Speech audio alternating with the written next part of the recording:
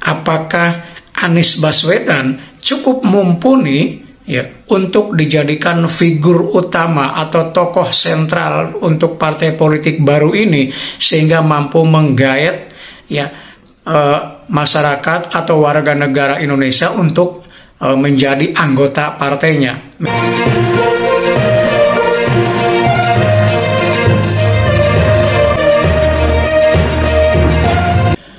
Halo teman-teman, bertemu lagi dengan saya di RC13 Channel. Apa kabar semuanya? Semoga Anda dan kita semua baik-baik saja, tetap semangat menjalankan aktivitas hidup. Teman-teman sekalian, kembali di video kali ini saya menyajikan The Current Issue Corner atau pojok isu-isu terkini. Pada video kali ini saya akan membahas tentang kemungkinan Anies Baswedan akan mendirikan partai politik baru setelah ia tidak menjadi calon gubernur baik di DKI maupun Jawa Barat. Nah, mendirikan partai politik baru saya kira merupakan opsi yang sangat baik bagi Anies Baswedan, karena dengan mendirikan partai politik baru itu artinya Anies Baswedan akan tetap di dunia politik, akan tetap dikenal luas oleh publik gitu ya. Apalagi kalau dia punya tujuan untuk kembali bertarung di Pilpres 2029, 5 tahun yang akan datang. Tentu dalam kurun waktu sebelum 2029, Anies Baswedan harus tetap ada di dalam politik. Sebab kalau tidak, mungkin namanya akan tenggelam. Karena itu, opsi mendirikan partai politik baru itu menurut saya langkah yang bagus.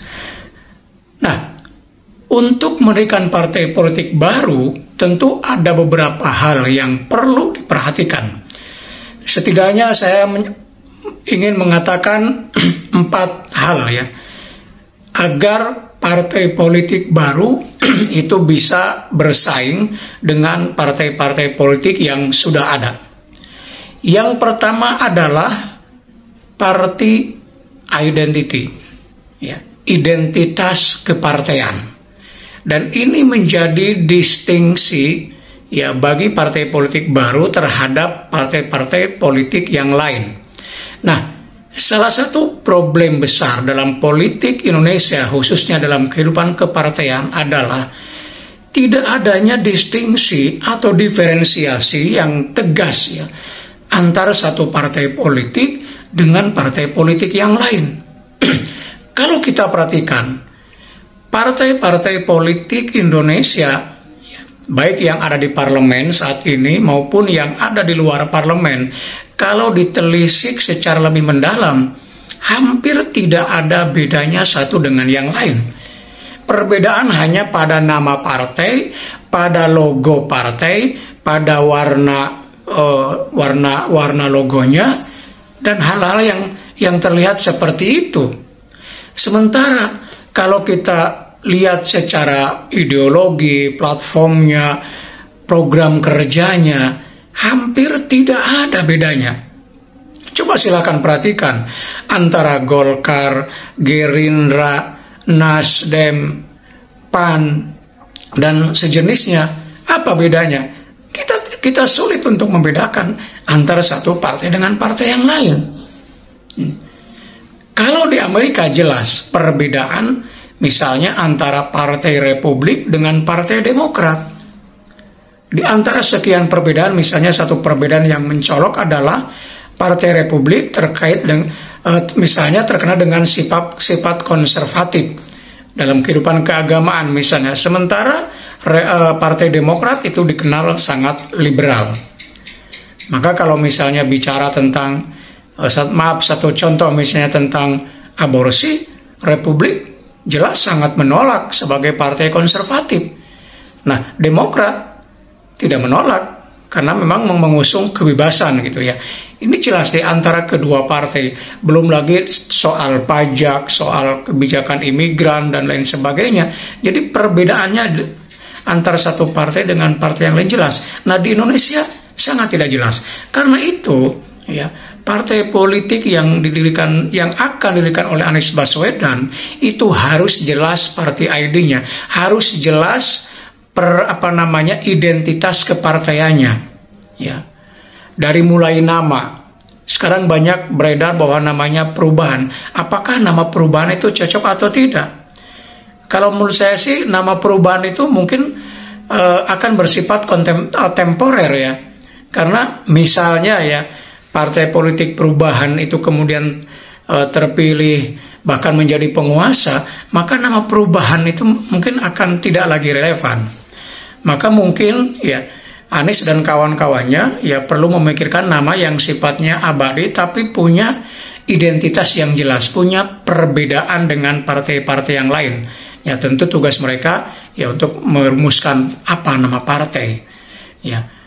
Kemudian juga program kerja dan lain sebagainya tentu harus menjadi pembeda dengan partai-partai politik yang ada.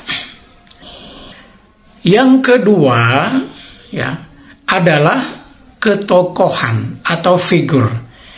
Politik Indonesia pada dasarnya adalah politik ketokohan, bukan sistem.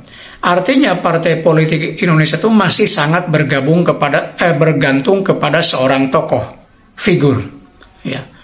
PDIP itu sangat bergantung kepada Soekarnoismenya, Trah Soekarno-nya, dalam konteks sekarang Megawati. Demokrat itu sangat bergantung kepada Susilo Bambang Yudhoyono dan lain sebagainya. Mungkin Golkar, PKS tidak seperti itu, tapi secara umum biasanya partai politik sangat bergantung kepada tokoh.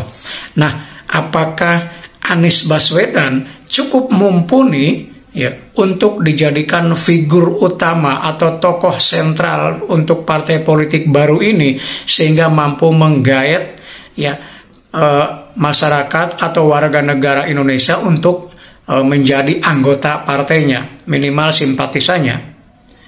Nah, pengalaman sebelumnya beberapa tokoh Indonesia yang mendirikan partai politik baru ternyata tidak cukup berhasil. Ya sebut saja misalnya Amin Rais dengan Partai Politik Umat atau Din Syamsuddin dengan Partai Politik Pelita dan yang lain-lain. Memang ada contoh kasus di Malaysia misalnya Anwar Ibrahim setelah didepak dari UMNO ya, setelah tidak lagi menjadi bagian dari kekuasaan, dia mendirikan partai politik baru dan itu berhasil. Nah sekarang apakah Anies Baswedan itu bisa melakukan hal yang sama? Ini menjadi tantangan tersendiri bagi Anies Baswedan. Apakah nama kepopulernya, kefigurannya itu benar-benar akan membuat menjadi satu magnet yang tersendiri. Kemudian yang ketiga adalah dana. Nah persoalan dana ini persoalan yang sangat penting bagi partai politik karena hampir semua partai politik Indonesia itu masih bergantung dananya kepada APBN. Nah, sementara kebutuhan partai politik itu sangat banyak, ya, sangat besar. Sehingga apakah Anies Baswedan kemudian bisa menarik beberapa katakanlah pengusaha Indonesia untuk bergabung di situ? Kemudian yang keempat adalah jaringan. Ya, jelas partai politik membutuhkan jaringan yang kuat. Karena harus ada di semua provinsi, tingkat bawahnya dan seterusnya. Sehingga jaringan itu menjadi sangat penting. Nah, Anies yang pada Pilpres kemarin hanya berhasil di 2 provinsi, ya Aceh dan Sumatera Barat, tentu ini menjadi pekerjaan rumah yang perlu diperhitungkan terkait dengan jaringan ini.